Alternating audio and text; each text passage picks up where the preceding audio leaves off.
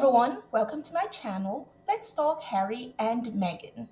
I've seen in my comments and other pro Sussex side comments where people would say we have to start ignoring some of what is being said or written about Harry and Meghan. And I keep trying to remind people that narratives are very important to some people. One consistent narrative is that Harry hating his life in America and being lonely and missing his family in the UK. Meanwhile, how are you enjoying your time living in the US? It's amazing. I love every single day. Tell me, what 5 years of living here, what do you miss the most about the UK? Well, look, living here now for 5 years, it feels like home. Santa Barbara feels like home. Brought up both of our kids in Santa Barbara. I think left the UK when my son Archie was about 6 months old, and Lily, my daughter, was born here. What do I miss the most? Being British, maybe I'm not going to say the weather, but I don't know. I think, look, there's lots of little bits and pieces that I miss. I guess the countryside is a big piece to that, and one of the reasons why we live in Santa Barbara. I'm not really a city person. I like to be out in space with a big sky above me. But no, you know what? Life takes extraordinary turns, and we are, as a family, we're so happy here. The US provides so much opportunity, and also a safe space for us, which has been great. but there's a larger reason that they do that because without the narrative of Harry and Meghan failing and Prince Harry being unhappy and wanting to return, how can they continue to sell the idea that the UK royal family is the best of everything? And even though we're looking and we can see clearly the lack of riz over there, we can see clearly that they're not getting along. There is more of an ocean between them than the ocean between them and Prince Harry. They're trying to use their various set narratives to tell everyone how much the royal family is needed. And in this day and age, they're trying to tell everyone that they're needed for tourism, even though Italy, that doesn't have a ruling royal family, has more tourism than them. They're trying to tell everyone that they're needed as patron for different charities. But Graham Smith again set them straight here.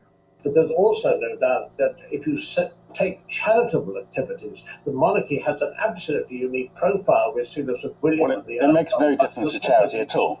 I mean, this is the thing. There's so much stuff said about the monarchy which isn't true, and there's been a very detailed study on their impact on charity by an independent authority, which said the impact is close to zero. And part of the problem with them, and part of the problem with William, who is currently in line to be the next monarch, is he's incredibly lazy.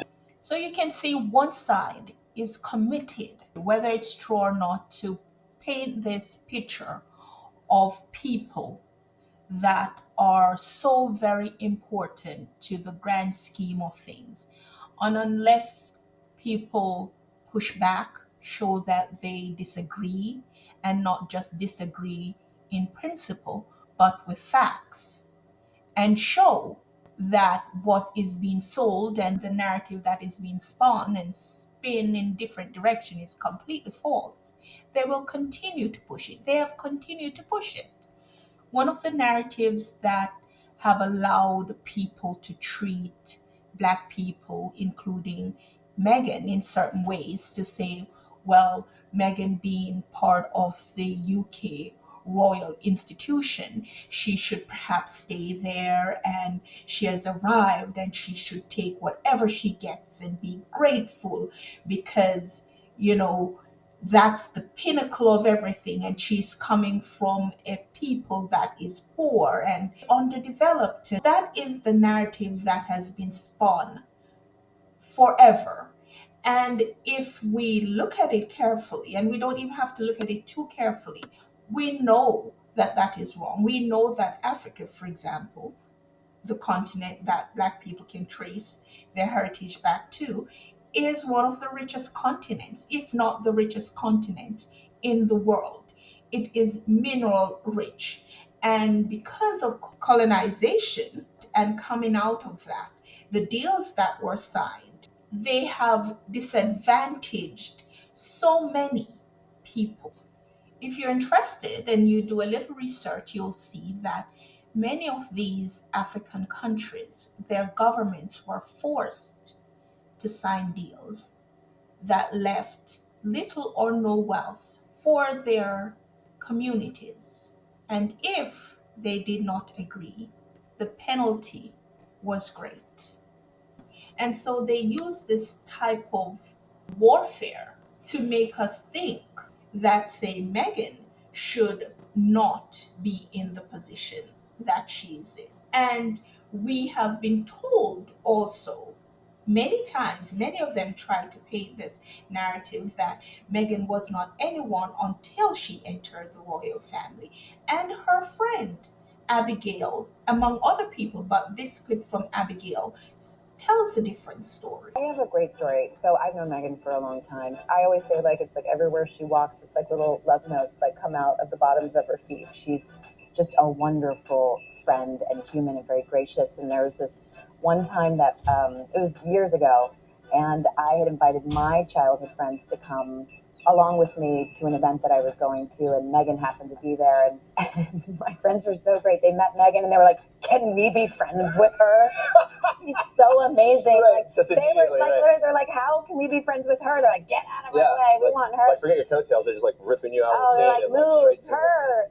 Now Meghan is on Instagram and debunking by just a post many of the narratives they try to push about her state of her marriage, what's going on with her children, what's going on with their wealth, or any of the narratives. Just a post debunk all of that. So we see that they try to dig up past things, dig up past events, and try to twist and turn and tell everything that may have happened in the past or make ridiculous predictions and then talk about ridiculous predictions they made. So do you remember when 5 years, everyone, when they got married, a lot of members actually of the royal family said it won't last 5 years. But it has. It has. Yeah, It's absolutely. lasted 7. Yeah. Through a lot. One of the most prominent figures that they are using is the late Queen Elizabeth, where they're trying to taint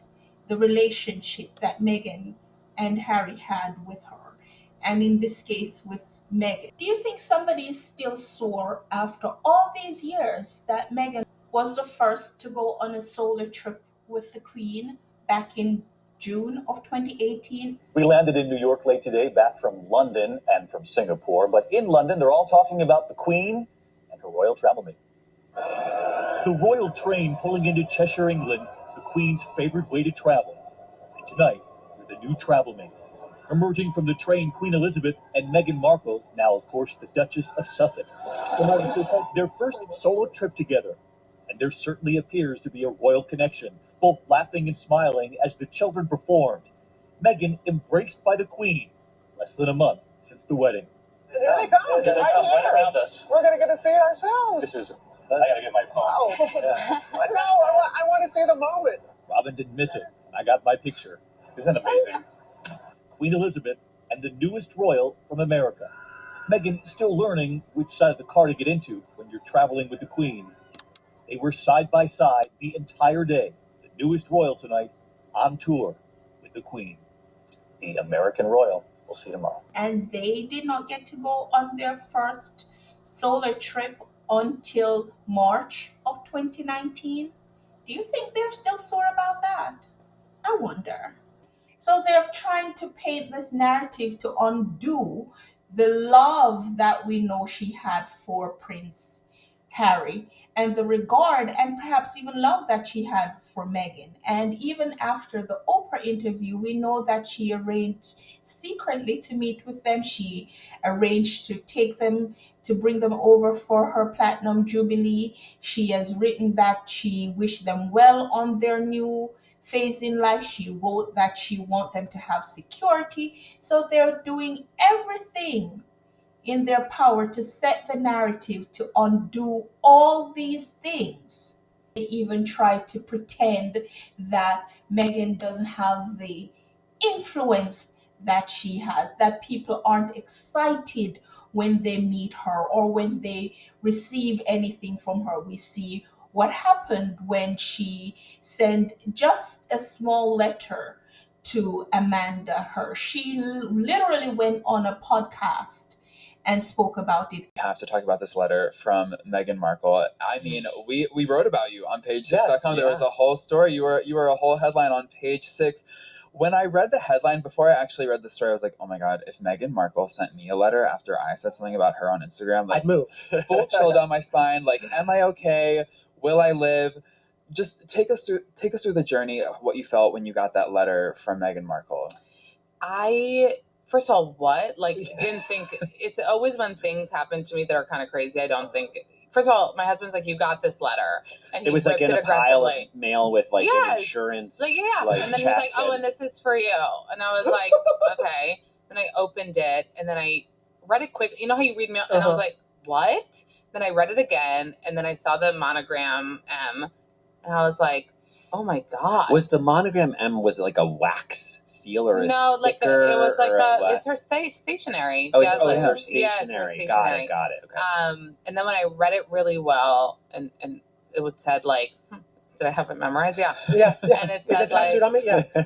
I heard you were scared. Don't be.